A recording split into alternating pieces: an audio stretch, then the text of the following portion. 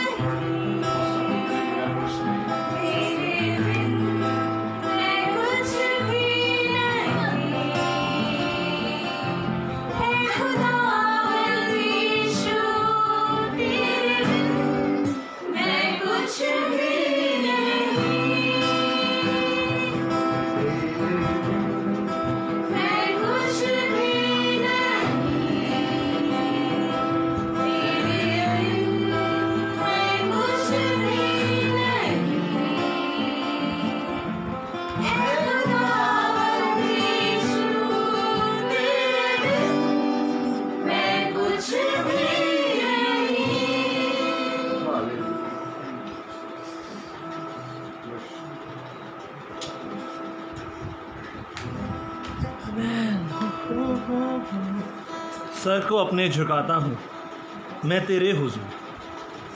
खुदावन आज अपने सरों को झुकाने आए हैं।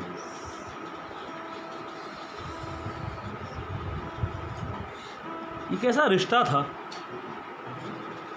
ये कैसा बरछाया था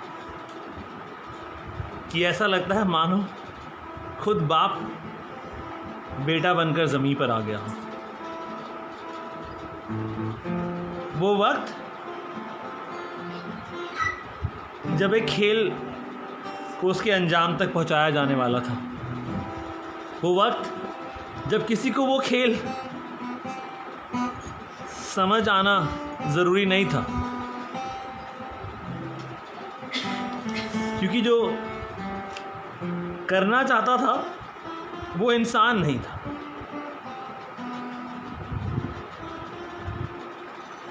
हम खुदा तेरा शुक्र करते हैं आज की शाम के लिए, शुक्र करते हैं खुदावन तेरे खादिमों के लिए, उनके परिवारों के, शुक्र करते हैं इस खूबसूरत घर के लिए, हर वो जगह खुदावन जो तेरी आराधना के घर की तरह खोली जाती है, इस्तेमाल की जाती है। खुदावन तो उस घर को, उस घराने को, उन लोगों को खुदावन जो समय निकाल कर आए हैं, खुदावन तेरा समय है, तुझको वापस देते हैं। खुदावन हम चाहते हैं सबको खुदावन अपने आप में, निभावों में महफूज रखना। खुदावन आज खुदावन जब हम लोग तेरी मेज़ में शामिल होंगे खुदावन, तो कुछ बातों को ठीक करना चाहते हैं, कुछ बातों का ऐलान करना चाहते हैं। खुदावन हर वो रिश्ता खुदावन, हर वो बात खुदावन जो अच्छी है खुदावन,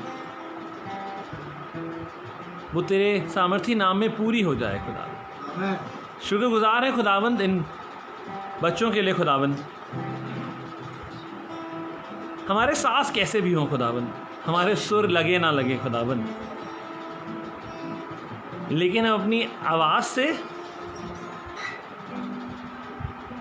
खुदा को नीचे बुला पाएं या ना बुला पाएं, लेकिन अपने आप को तुझ तक ज़रूर पहुंचाने पाते हैं। खुदावन हम तेरा शुक्र करते हैं खुदावन, आगे की इबादत को तेरे हाथों में सौंपते हैं। खुदावन हम पवित्रता के साथ शुभायमान होकर तेरे सिंहासन को जय ललकारने वाले हो सके। खुदावन हर बात को तेरे हाथों में सौंपते हैं। इस दुआ को प्रभु यीशु मसीह तेरे सामर्थी नाम से मांग लेते हैं, सुने और ग्रहण करें। आमीन आमीन आमीन।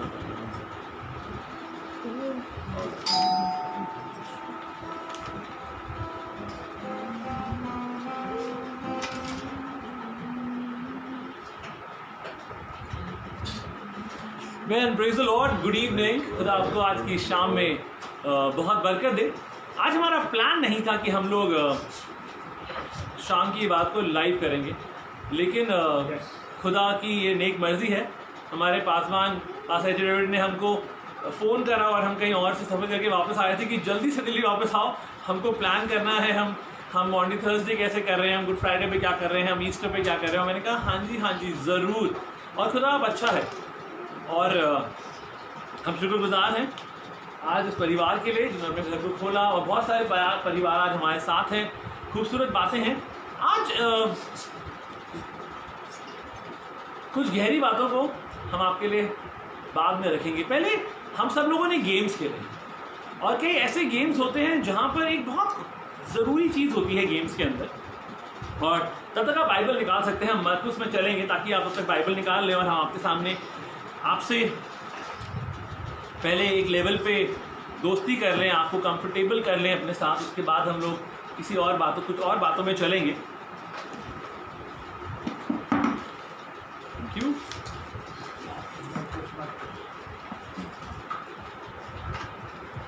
आप निकाल सकते हैं मरकुस उसका 4वां बाब, और 4वां बाब में हम रहेंगे। हर गेम में, फुटबॉल की गेम अगर आपने देखा हो, बास्केटबॉल गेम, फुटबॉल गेम, कई गेम ऐसे होते हैं जहाँ पे एक टीम की तरह खेला जाता है, और उसके बीच में आप ना जाने कितने ज़रूरी इंसान, चाहे वीआईपी क्यों ना हो, चाहे आप प्राइम मिनिस्टर क्यों ना हो, प्रेसिडेंट क्यों ना हो, एक उस गेम का एक ऐसा हिस्सा होता है जहाँ पे आपको अनुमति नहीं है। सिर्फ टीम को और जो कोच है उसको अनुमति होती है।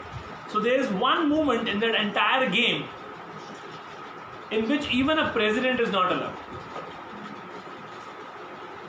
और वो हिस्सा सबसे खूबसूरत हिस्सा होता है।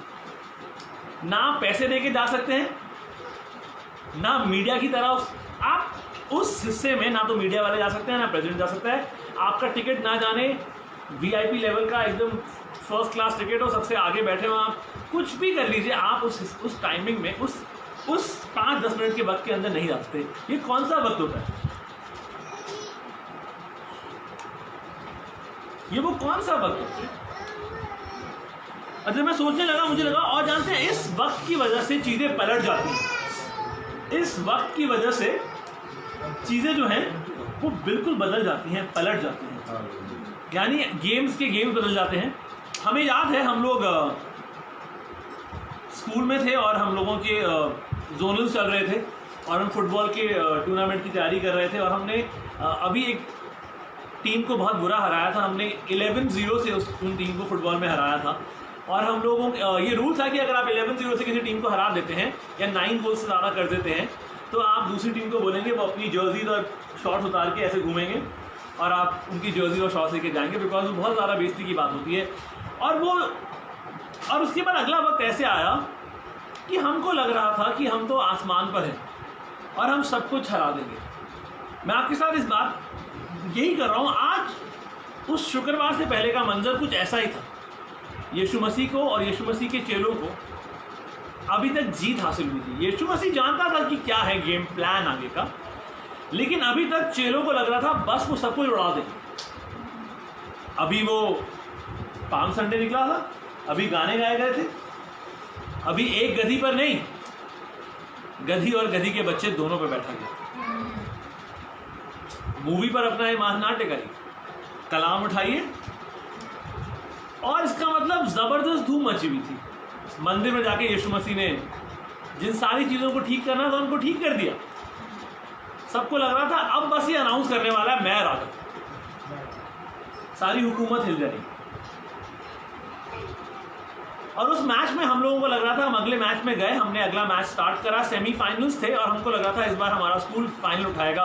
सेमीफाइनल में हमारे स्कूल का फुटबॉल मैच में हमारी टक्कर हुई मॉनफोर्ट के साथ। तब हम लोग मॉनफोर्ट में, मतलब part of a different school, और पहले हाफ में हमने मॉनफोर्ट के 2 गोल मार दिए और हम बहुत खुश थे कि अब तो जो मर्जी हो जाए, अगले 45 मिनट में तो हम लोग बॉल बाहर मारेंगे, टेढ़ा मेढ़ा खेलेंगे, इनको गोल तक नहीं आने देंगे। इसके बाद हाफ टाइम टॉक, आज के कलाम का शीर्षक है हाफ टाइम। आज के कलाम का शीर्षक है हाफ टाइम टॉक। आधे समय के बाद जो बात की जाती है हम उसके बारे में आपको बताएंगे। और वो हाफ टाइम टॉक में हमारा कोच आया और उसने बोला बेटा तुम लोग खत्म होने वाले हो। हमने कहा ऐसा क्या हो गया? कहते तुमको अंदाजा भी नहीं है क्या हो गया। कहते वो लोग अपने 4 या 5 बंदों को रिप्लेस कर रहे हैं। तो हमने कहा करने दीजिए रिप्लेस, हमें कौन सी बड़ी बात है। और मैं गोलकीपर था तो मेरे को लगा कुछ नहीं होता, अभी तक तो कोई आया नहीं मेरे पास।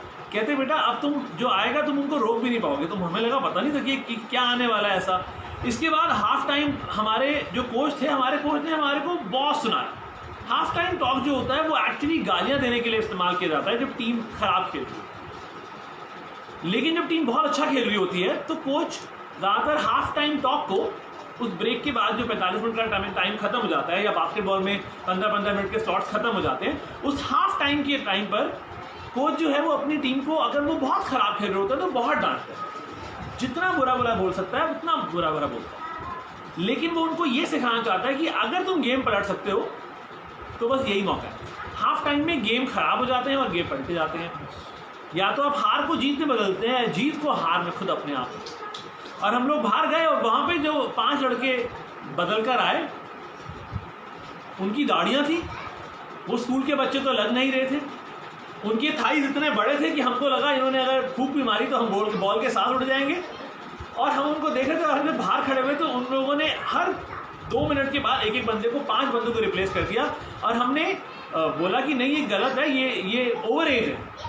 और हमने ब्रेक ले लिया, हमने बोला ये ओवर एज है। ये 5 बंदे ऐसे लग रहे थे, एक अफ्रीकन था, एक मंगोलियन था, एक शायद मणिपुरी था, एक कुछ और था। मेरे को लगा ये अचानक से इस स्कूल की टीम में ये इतने बड़े बड़े लड़के कहाँ से आए। उसके बाद हमारे 3 प्लेयर इंजर्ड हो गए, उन्होंने एक की नाक तोड़ दी, एक को अड़ंगी लेके गिरा दिया, हमें कोई फाउल नहीं मिला। उसके बाद हमारी टीम में एक प्लेयर था, उसने गलत किक मारी और किक मेरे बॉल बिल्कुल मेरे गोल के पास आ गई। इससे पहले मैं उसको लपक पाता, उनके उस प्लेयर ने लात मारी इतनी जोर की कि मेरी नाक और आंख सब अंधेरा छा गया और मैं धड़ाम से गिरा और बॉल गोल के अंदर चली गई। वो हाफ टाइम टॉक जो हमारा कोच हमें देना चाहता था, वो ये बताना चाहता था कि ये हर साल चीटिंग करते हैं और आप कुछ भी कर लीजिए, आप हारेंगे।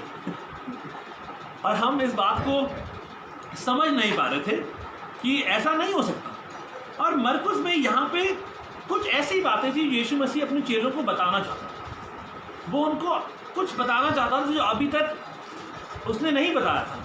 वो फसह के पर्व के लिए रोटी और प्याले से पहले भी खाना खा वो कर चुके थे ये वाला काम। ये सिर्फ मरकुस में नहीं, ये पहले नहीं हुआ था, इससे पहले 1-2 बार वो सारे काम को अंजाम दे चुके थे। लेकिन आज ऐसा क्या था? The disciples experience something the disciples had already experience pass over 1 or 2 time before. इससे पहले 1-2 बारी वो ये वाला काम कर चुके थे, वो रोटी और प्याले में शिरकत कर चुके थे इससे पहले। लेकिन मरकुस में इस बारी जो शिरकत हो रही है ये अलग है। इसमें यीशु मसीह उनको कुछ बताना चाहता था, लेकिन अब तक उसने उनको नहीं बताया। इस हाफ टाइम टॉक के बारे में हम आपको बताना चाहते हैं। इसके बाद उन्होंने उनसे कुछ कहा। क्या कहा? मरकुस 14 उसकी 18वीं आयत, मरकुस 14 उसकी 27वीं आयत और मरकुस और जकरिया उसका 13 बाब उसकी 7वीं आयत। ये 3 आयतें हम निकालेंगे। आप मरकुस 14 उसकी 18वीं आयत कोई पढ़ सकता है बुलंद आवाज में, मरकुस 14 उसकी 27वीं आयत और जकरिया की किताब 13 बाब उसकी 7वीं आयत। हाँ जी, लेट्स रीड। जब वे बैठे जी भोजन कर रहे थे जी तो यीशु ने कहा, हाँ मैं तुमसे सच कहता हूँ जी कि तुम में से एक जो मेरे साथ भोजन कर रहा है जी मुझे पकड़वाएगा। आप समझ रहे हैं? वो अभी तक ये नहीं हुआ था। इससे पहले जितनी बार मेज में गए थे अभी तक ये नहीं हुआ था। वो कह रहे हैं Jesus was brutally honest. Sometimes your parents, sometimes your mentors are brutally honest with you. वो आपको बताते हैं कि बहुत जिस तरह से आप चीज़ें कर रहे हो ऐसा कुछ नहीं होने वाला। अगर हमें बच्चों को बताते हैं बेटा आप जिस तरह से बढ़ रहे हो, आपको लगता है कि आप बढ़ रहे हो और आप बहुत तरक्की करोगे और बहुत सारे मार्क्स आएंगे आपके, तो ऐसा नहीं होगा। Jesus was brutally honest with them, उस हद तक कि उनके आंसू आ रहे। अब वो कह रहे तुम में से एक मुझे पकड़वाएगा। मरकुस 14:27 आयत देखिए। तब यीशु ने उनसे कहा, जी तुम सब ठोकर खाओगे जी, क्योंकि लिखा है कि मैं रखवाले को मारूंगा और भेड़ तितर बितर हो जाएगी। क्या बात, क्या बात। और यही बात जकरिया की किताब में भी लिखी गई थी कि मैं रखवाले को मारूंगा। I will strike the shepherd. English Bible में लिखा है and the sheep will be scattered. मैं चरवाहे को मारूंगा और भेड़ें तितर बितर हो जाएंगी। उन्होंने अपने दिल से खेला था। कोई पानी पे चल के दिखा रहा है, कोई रोटियां बांट रहा है, कोई बड़े बड़े काम कर रहा है, आश्चर्यकरम काम। सारे यीशु मसीह के साथी थे, बड़े बड़े आश्चर्यकरम काम करते थे। यूहन्ना कहां था?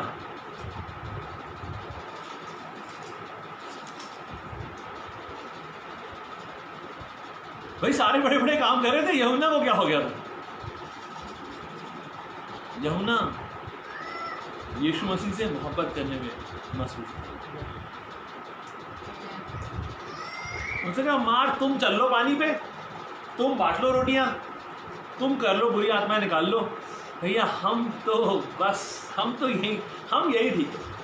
ओ खुदा बाप आप बात करो यार। Your revelation will take you up.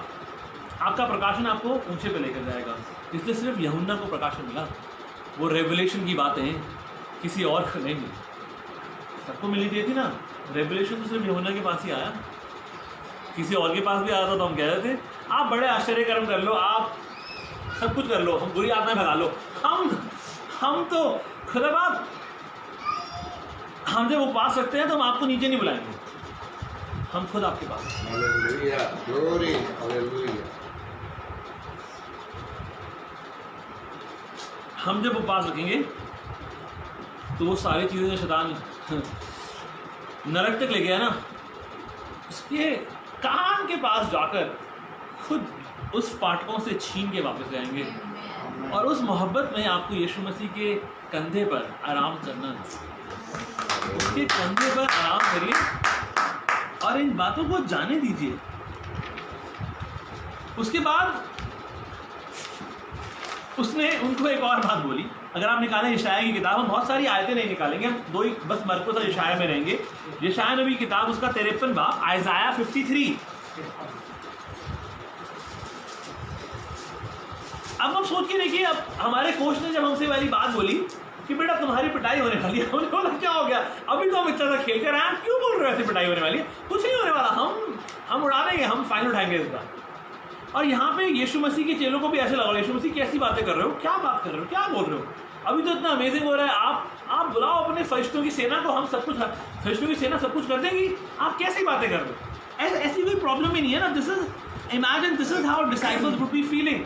आप मुझे ये अनुमति दीजिए कि मैं आपके सामने एक टीम दिखा रहा हूँ आपको, जिसका कोच यीशु मसीह है और ये सारे चेले, वो टीम है जो एक मैदान में है, जंग में है, और अभी तक सब कुछ खूबसूरत होते आया है, लेकिन अब चीज़ें हिलने वाली हैं। यीशु मसीह ने कुछ ऐसी बातें बोल दी हैं, वो ऐसा गेम प्लान उनको लग रहा है इससे पहले नहीं था, नहीं, हजारों साल पहले से यही गेम प्लान था। यशाया 53 उसकी 7वीं आयत में क्या लिखा है? वह सताया गया जी, तो भी सहता रहा जी, और अपना मुंह ना खोला। जिस प्रकार भेड़ बंद होने के समय और भेड़ी ऊन कतरने के समय चुपचाप जी, और शांत, he was led like a lamb to be slaughtered। जैसे ही मेमने को लिया जाता है। हाँ जी, 8वीं आयत भी पढ़ दें। वैसे ही उसने अपना मुंह ना खोला जी, अत्याचार करके और दोष लगाकर वे उसे ले गए। उस समय के लोगों में से किसने इस पर ध्यान दिया कि वह जीवितों के बीच में से उठा लिया गया? मेरे ही लोगों के अपराधों के कारण उस पर मार पड़ी। उसको मार पड़ी। He was cut off from the land of the living, English Bible says. He was assigned a grave with the wicked. 9वीं आयत में लिखा है, He was assigned a grave with the wicked and with the rich in his death. ये एक अलग बात है, इसके बारे में हम ईस्टर पे ज़रूर आपसे बात करेंगे। प्लीज़ ईस्टर के कलाम को ज़रूर सुनिएगा। ईस्टर के बारे में हम सिर्फ एक जिस्म के बारे में बात करेंगे। ईस्टर के कलाम का टाइटल ही होगा जिस, और आप मसीह बदन के साथ क्या करते हैं उस पर बहुत सारी चीज़ें निर्भर करती हैं, लेकिन हम उस तरफ नहीं जा रहे हैं। हम वापस आते हैं, हम फसह की बात करते हैं। फसह के पर्व पे फसह के पर्व पे ये कब शुरू हुआ था? ये तब शुरू हुआ था जब मौत का फरिश्ता निकला था और बोला गया था कि मेमने को मारकर उसके लहू को, यानी मेमने को मारा जाना ज़रूरी था और उसके लहू को लगाया जाना ज़रूरी था। अगर वो नहीं लगाया जाएगा तो मौत का फरिश्ता आएगा और ये वो आखिरी आपदा जब पहलौटे मारे, सारे पहलौटे खत्म हो गए, चाहे वो जानवर हो चाहे वो इंसान, सारे पहलौटे खत्म हो गए। बचने का तरीका सिर्फ एक ही था। निर्गमन 12 उसकी 13वीं आयत आप पढ़ सकते हैं। निर्गमन 12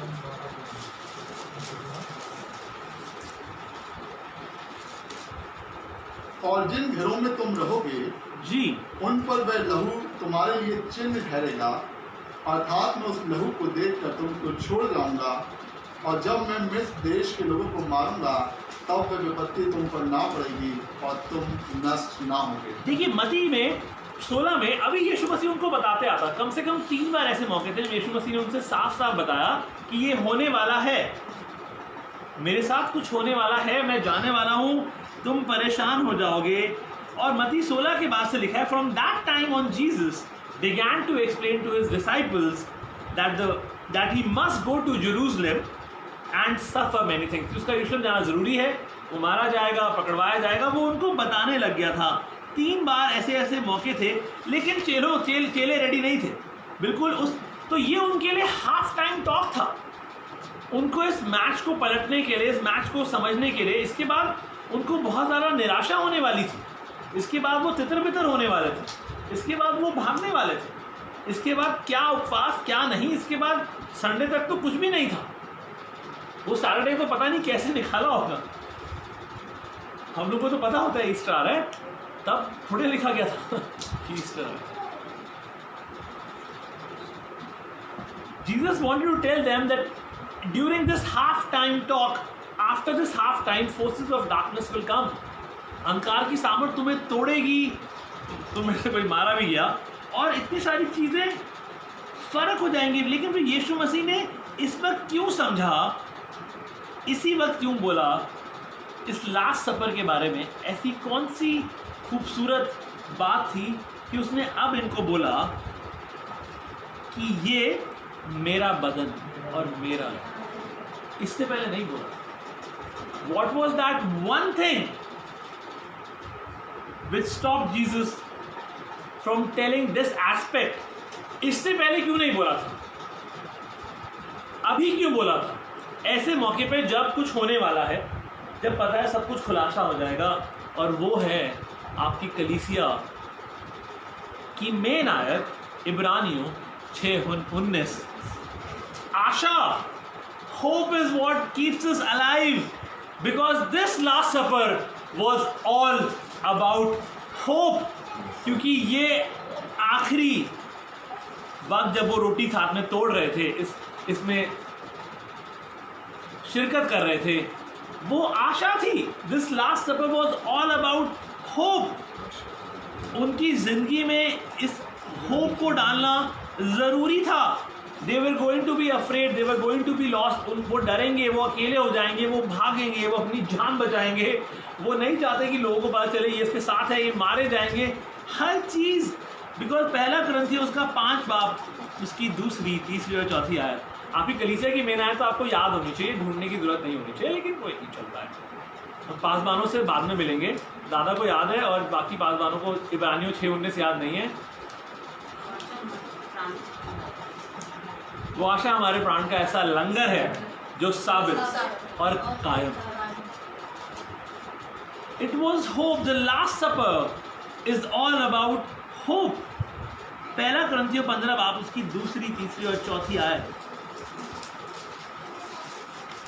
उसी के द्वारा जी तुम्हारा उद्धार भी होता है, यदि उस सुसमाचार को जो मैंने तुम्हें सुनाया था स्मरण रखते हो, नहीं तो तुम्हारा विश्वास करना व्यर्थ हुआ।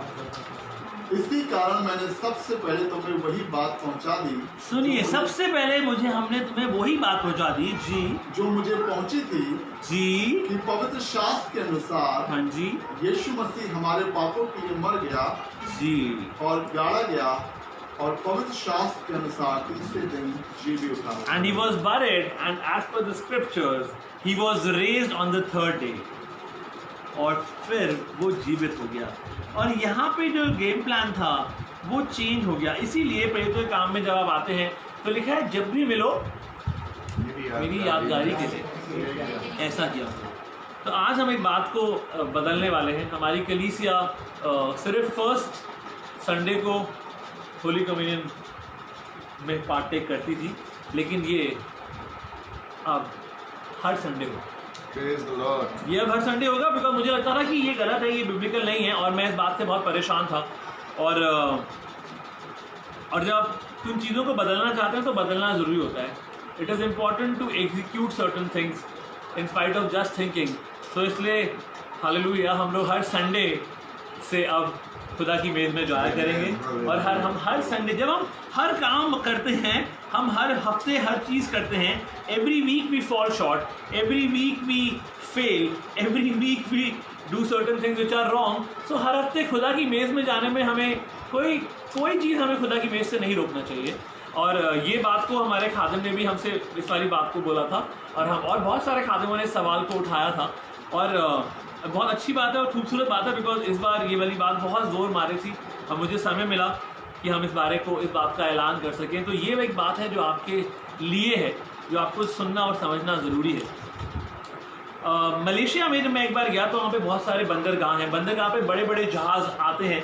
जब बंदरगाह के पास जहाज़ आते हैं तो आपने अक्सर जगहें देखी होंगी बहुत सारी फ़ोटोज़ में, एक लंबा सा पियर होता है, उसे पियर कहते हैं, मतलब एक अलग सी जगह होती है जहाँ पे आप चल के आगे तक जा सकते हो मछली पकड़ने के लिए, या बड़े बड़े जहाज़ों को उसके साथ बांधा जाता है, उसे पियर कहते हैं। और वो लंबी सी जगह होती है, उस पर आपने बहुत सारी सुंदर सुंदर खूबसूरत इमेजेस में भी देखा है उसको। और कहाँ पे देखा है, अगर आपने मूवीज़ देखी हैं तो आपने देखा है बहुत सारे हीरो भागते हुए जाते हैं, पानी में छलांग मारते हैं, तो जिस चीज़ के ऊपर भाग के जाके छलांग मारते हैं पानी में, उसको पियर कहते हैं। बंदरगाहों पे वो बहुत आगे लंबी चीज़ें होती हैं। तो मैं एक बार मलेशिया में खड़ा था ऐसी जगह पे, और पोर्ट के पास में, क्योंकि वो आइलैंड है पेनांग में, और वहाँ पर उन्होंने जल्दी से रस्सी फेंकी और जो नीचे लड़के खड़े थे उन्होंने डॉग के साथ उसको बांध दिया, और उसके बाद मशीन चली। तो मुझे समझ में आया कि एक बात मुझे समझ में आया कि अगर मैं इन चीज़ को दुआएं समझूं तो इसका मतलब कि जो नाव है वो हम है। वो पियर तो अपनी जगह से नहीं हिलेगा ना। इसीलिए जब हम लोग इबादत के बाद, हम वर्शिप के बाद दुआ करें, तो हमने बोला हमारी दुआएं खुदा को नीचे उतारे या ना उतारे, लेकिन हमको खुदा के पास, और वो नाव खिंचते हुए उस जगह पर आ गए। वहीं पर हम लोग गए और मैंने एक बुद्धा की फ़ोटो को देखा।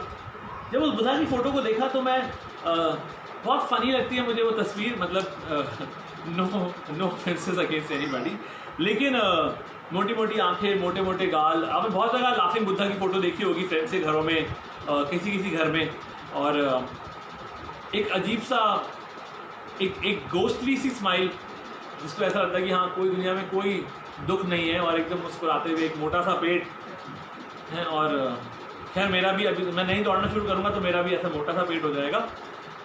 लेकिन उसके बाद वो एक पिक्चर है, उसके बाद दूसरी पिक्चर मुझे समझ में आती है। जितनी बार मैं लाफिंग बुद्धा देखता हूँ मुझे लगता है यीशु मसीह के बारे में। बिल्कुल उल्टा ना,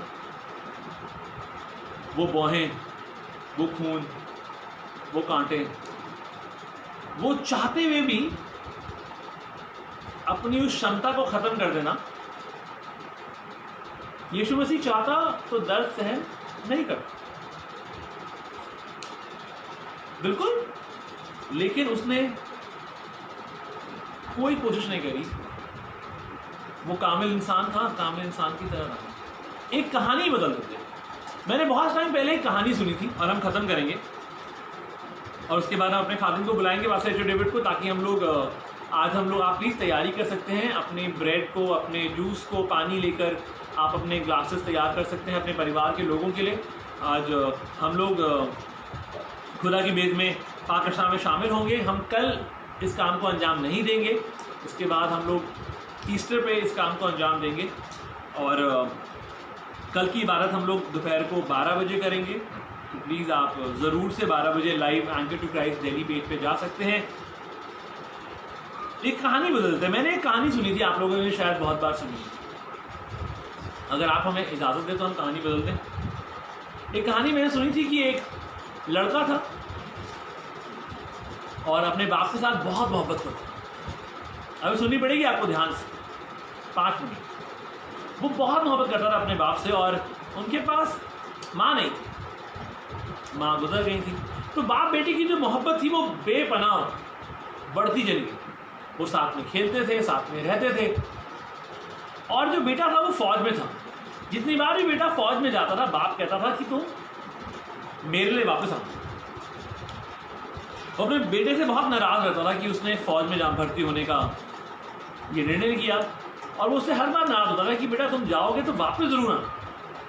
वो जब भी छुट्टियों के लिए आता था, 1 महीने की छुट्टियां होती थी, 5 दिन में वापस चले जाना पड़ता था, हफ्ते में वापस चले जाना। तो उसका बाप बहुत नाराज था उसकी नौकरी से, उसके काम से, उसकी जिम्मेदारियों से, और हमेशा उसको थका हुआ देखता। ईमान थकाता जरूर है, लेकिन बैठने की जगह। यीशु मसीह जब सामरिया गया तो थक कर कुएं पे ही बैठ, और ये बेटा चला गया। जो कहानी आपने गूगल पे देखी है, हर जगह सुनी है, वो ये है कि ये बेटा जो है वो मर जाता है। आपने सुना कि वो बेटा जो है वो वापस आता है, उसके हाथ पैर नहीं होते, और वो बेटा जो है वो मर जाता है, उसके हाथ पैर नहीं होते, और वो वापस आता है, खड़ा होता है अपने घर पर और देखता है, और लोग आके देखते हैं उसका एक हाथ नहीं होता, एक पाँव नहीं होता। तो जब ये लोग दरवाज़ा खोलते हैं तो ये देख के थोड़ी घिन करते हैं। तो लिखा है वो बेटा चला गया। हम ये कहानी बदल, ये कहानी आपने गूगल पे आपको मिल जाएगी, लेकिन जो हम कहानी बदल रहे हैं वो नहीं मिलेगी, तो लिख लीजिएगा। तो लिखा है कि ये बेटा जो है, वहां से खबर आई कि ये बेटा मर गया। वापस ये बेटा मर गया, और जो बाप है वो अपने काका के साथ, वहां पे काका भी थे, और वो काका जो थे वो बहुत उदास हो गए। अब वो रोज बाप को परेशान देखते थे, बाप बहुत उदास था, रोता रहता था। अब काका से देखा नहीं जाता था, काका कहते थे क्या करे क्या नहीं करे। वो बाप अपने बेटों की तस्वीर से बातें करता था, उसकी कपड़ों से बातें करता था। उसका बक्सा आ गया था, फौज से उसका बक्सा आ गया था, और वो गुस्सा होता था, बात करता था, नाराज होता था।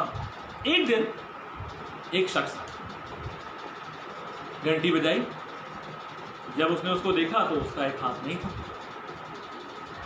एक कान भी जला हुआ था, एक पैर भी नहीं था, थोड़ा चेहरा खराब था।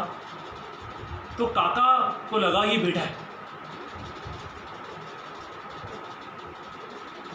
बाप ने बोला ये बेटा नहीं, लेकिन उसके पास एक तस्वीर थी बड़ी सी।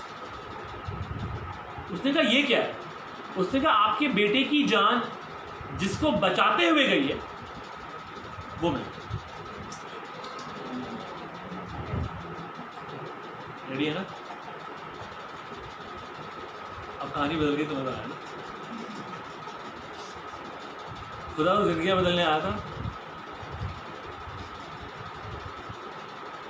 उसने बोला जिसकी वजह से वो मरा वो मैं।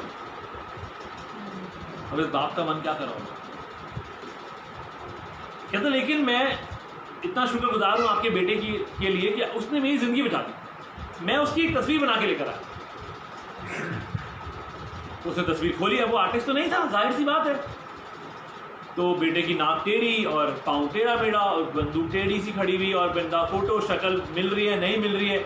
उसने बोला भाई मेरे दिल में जो तस्वीर आई आपके बेटे की, मैं वो उसको आदर में बना के लाया हूँ आपके लिए, प्लीज़ आप ये रख लो। उस बाप को तस्वीरों का बहुत शौक था। खूबसूरत तस्वीरें, महंगी महंगी पेंटिंग्स, खूबसूरत बड़ी बड़ी महंगी महंगी पेंटिंग्स, 10-10 लाख रुपए की पेंटिंग्स, खूबसूरत। अगर आप देखना चाहते हैं आप मंदिर मार्ग जा सकते हैं, वहाँ पे बहुत ज़्यादा चीज़ों पे ऐसे जगहें हैं जहाँ पे पेंट के ऑप्शंस होते हैं। बहुत खूबसूरत पेंटिंग्स, महंगी वाली पेंटिंग। और उस बाप के पास अंधा पैसा था। उसने अपने नौकर से, काका से बोला सारी तस्वीरें हटाओ, सारी तस्वीरें साइड कर दो, ये तस्वीर एकदम बीच में रखो। अब काका और पापा रोज बैठ के उस तस्वीर के साथ चाय, उनका सुबह का समय, उनकी सुबह की गपशप, उनकी दोपहर की गपशप, उनका रात का खाना, सब उस तस्वीर के साथ होता था। काका बहुत खुश थे, बाप भी बहुत खुश। वो कमी जो खल रही थी वो उस तस्वीर ने पूरी की। उनको उस तस्वीर में बेटा नजर आया। कुछ दिनों के बाद बाप की मौत। और अब जो काका थे उनके पास कुछ नहीं था, उनको समझ में नहीं आया।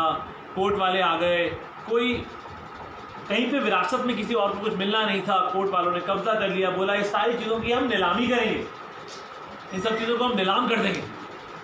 काका बहुत परेशान, काका को कुछ समझ में नहीं आया। नीलामी की तारीख आ गई।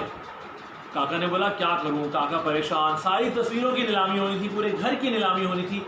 तो पूरे शहर को पता था कि ये जो इंसान था बहुत अमीर था, बंगला, फार्म हाउस जैसा, और हर तस्वीर की कीमत लाखों रुपए की थी।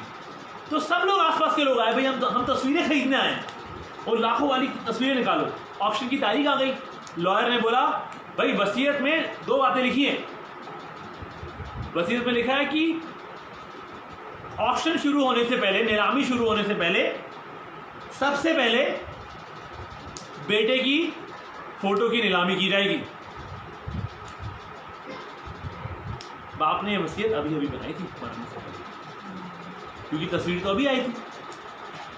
भूलो तो नहीं ना कहानी आप, बेटे की तस्वीर तो अभी आई थी, उसने वसीयत अभी बनाई थी। उसने बोला कि पहले बेटे की वसीयत की, पहले बेटे की नीलामी होगी। और उन्होंने बोला तो सबने बोला हाँ दिखाओ, बेटे की तस्वीर दिखाओ, बेटे की तस्वीर दिखाओ। जब बेटे की तस्वीर दिखाई गई सबने बोला ये क्या है, पूरा मजाक कर रहे हो तुम, फेंको इसको, नाली में फेंको इसको, ये कोई तस्वीर थोड़ी ना है, ये तो किसी ने ऐसी बना दी। वो देखने आए थे उन खूबसूरत तस्वीरों को जो लाखों लाखों लाखों लाखों की कीमत रखती थी, और वहां पे 50 तस्वीरें ऐसी थी जो लाखों कीमत, करोड़ों का पूरा घर था। उन्हें बोला फेंको इसको, उठा के फेंक दो कीचड़ में, ये क्या बेकार की बात है। उन्हें बोला फिर दूसरा वसीयत का दूसरा पॉइंट था कि जब पहले इसकी बोली लग जाएगी तब बाकी सामान बिकेगा। अब वकील ने बोला हम तो नहीं फेंक सकते भाई, आप बोली लगाओ, जो बोली लगानी है वो लगाओ। सबने बोला है ये फेंको, इस कीचड़ में फेंको, ये गोबर उठाओ, ये सब चिल्लाने लग गए। काका को बुरा लग रहा था, काका वहीं खड़े, काका उदास थे, काका के पास कुछ भी नहीं। काका ने अपनी जेबों को टटोला, इधर उधर देखा, कुछ समझ में नहीं आया। अंदर भाग के गए अपने कमरे में, उन्हें याद आया कि अंदर कहीं पे कुछ रखा होगा शायद, वहां पे उनको 2 रुपए मिले। काका ने बोला पता नहीं, मैं उन्हें कहा बोला कि वकील साहब 2 रुपए है मेरे पास, बेटे की तस्वीर के साथ बदसलूकी नहीं करो, मेरे को दो 2 रुपए में दे दो। वकील ने बोला 2 रुपया 1, 2 रुपया 2, 2 रुपया 3। काका रोते रोते अपनी आंखों को भरकर उस तस्वीर को उठा के चल दिया। वकील ने भी हथौड़ा उठाया, बोला 1, 2 और 3, नीलामी खत्म।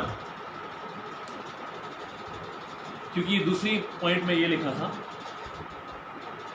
जिसके पास बेटा है उसके पास सब कुछ है। अगर आपके पास यीशु मसीह है तो आपके पास सब कुछ है। उसकी पीठ की रेघारियां, आप जानते हैं आसमान में इंसान ने क्या बना दिया? आसमान में इंसान ने क्या बनाया? आसमान में इंसान ने यीशु मसीह की रेघारियां, उसके घाव बना के भेजे हैं। वो हाथ में छेद अभी भी है, वो पीठ पे रेघारियां अभी भी है, वो पैरों के छेद अभी भी है। ये इंसान कैसा इंसान था जिसने खुदा की उस बेशकीमत खूबसूरत चीज़ पर भी दाग लगा के अपनी छाप को आसमान पहुंचा दिया। और हमको लगता है कि कलीसिया should not be a sanctuary for the healed. ये वो हमारी कलीसिया घर होगी बीमारों के लिए, उन लोगों के लिए नहीं जो ऑलरेडी चंगाई पा चुके हैं, उन लोगों के लिए, ताकि वो जो एडिक्शंस में हैं वो कलीसिया में आए, वो लोग जो बीमार हैं वो कलीसिया में आए, वो लोग जो शराब पीते हैं वो कलीसिया में आए, वो लोग जो व्यभिचार करते हैं वो कलीसिया में आए, वो लोग जो होमोसेक्सुअलिटी की तरफ जा रहे हैं वो कलीसिया में आए। हमारा काम है उन लोगों को कलाम की बातों से उभारना। कलाम क्या करेगा? वो कलाम की बात, कलाम जिंदा शेर है और जिंदा शेर को खुला छोड़ नहीं सकते, वो अपनी देखभाल करेगा। आइए दुआ करें। थैंक यू जीसस खुदावंद मसीह, हम आज के कलाम के लिए तेरा शुक्र करते हैं। हम अपने खादिम को बुलाना चाहते हैं, पास्टर एच.ओ. डेविड को, ताकि वो आए और हमें आगे के खुदावंद मसीह इस सभा के दूसरे भाग में, दूसरे चरण में लेके चले। खुदावंद मसीह तेरी आज मेज़ है और हम तेरे खादिम के साथ, पास्टर एच.ओ. डेविड के साथ उस मेज़ में आगे जाना चाहते हैं। इस कलाम के लिए तेरा शुक्र करते हैं, चाहते हैं खुदावंद अपनी महिमा हमसे यूं ही लेते हैं। हर बात का शुक्र करते हैं, जो को प्रभु यीशु मसीह तेरे नाम से मांग लेते हैं, सुने और ग्रहण करें। आमीन।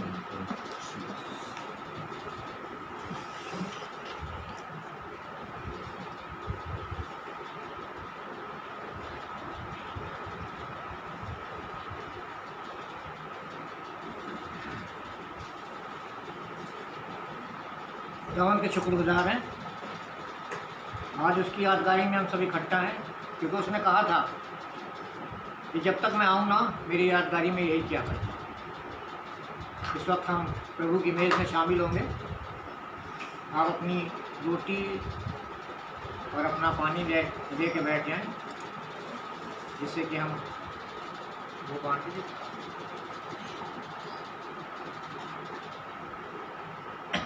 आइए खुदावंद शुक्रगुजार है कि आज आपने फिर ये नया मौका दिया कि आपकी मेज़ में शरीक हो सके। कलाम में लिखा है कि जिस रात को पकड़वाया गया उसने रोटी ली और शुक्र करके तोड़ी और शागिर्दों को दिया, और उसने कहा कि ये मेरा बदन है मेरी यादगारी में ऐसा ही किया करो। उसके बाद उसने प्याला लिया और कहा, ये वाचा में मेरा लहू लहू है, इसे पियो, और जब तक मैं आता नहीं हूँ मेरी यादगारी में यही किया करो। इसलिए इंसान अपने को जांच ले और किसी नामुनासिब तौर से इसमें शरीक ना हो, क्योंकि खुदा जो नामुनासिब तौर से इसमें शरीक होता है वो सज़ा पाता है। अगर अपने आप को जांचते तो सज़ा ना पाते। प्याले के लिए दुआ करेंगे।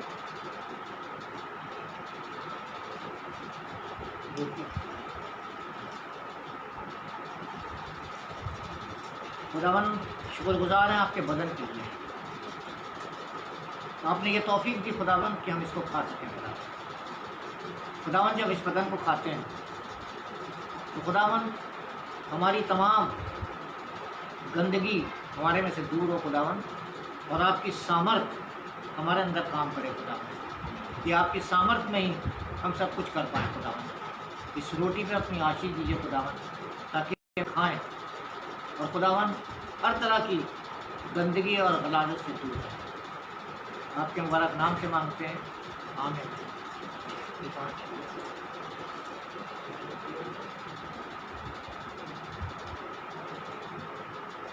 खुदावन इस प्याले के लिए आप दुआ करते हैं खुदावन, ये आपका लहू है खुदावन, जब हम इसको पीते हैं खुदावन तो खुदावन आपका चैन और आपका आराम हमारी ज़िंदगियों में काम करे खुदावन। आपके सामर्थी नाम से मांग लेते हैं, सुनिए और कबूल करें।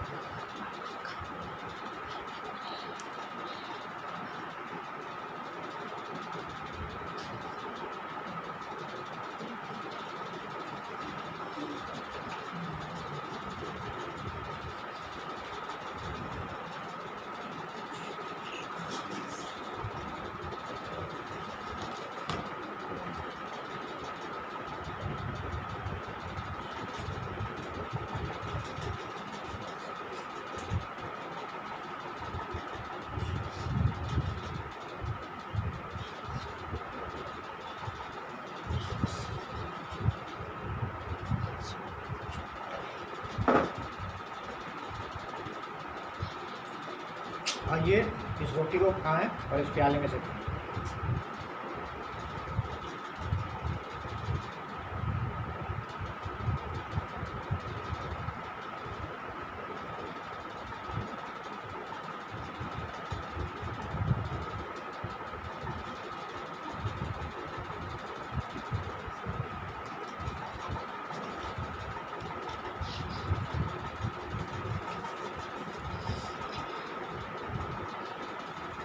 आइए पास्टर अभिषेक के साथ आखिरी दुआ में चलते हैं।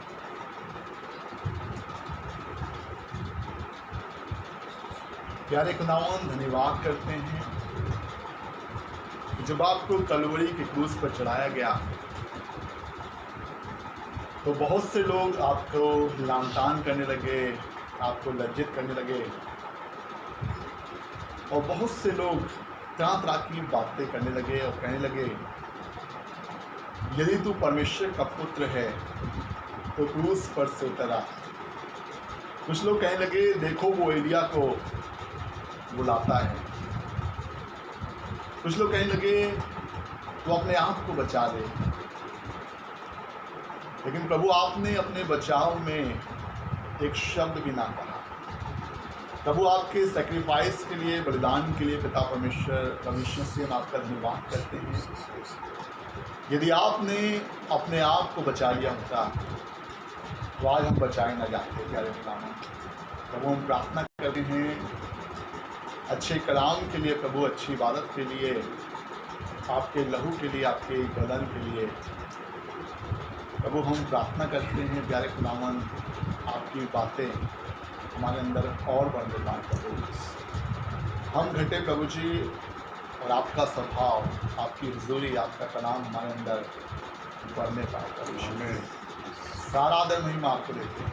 इस प्रार्थना को जीवित उद्धार करता मसीह यीशु नासरी के नाम से मांगते हैं, आमीन। और अब हमारे खुदावन यीशु मसीह का फजल, खुदा बाप की मोहब्बत और पाक रूह की रिफाकत और शराकत हम सबों के साथ अब से लेकर हमेशा तक होती रहे। आमीन।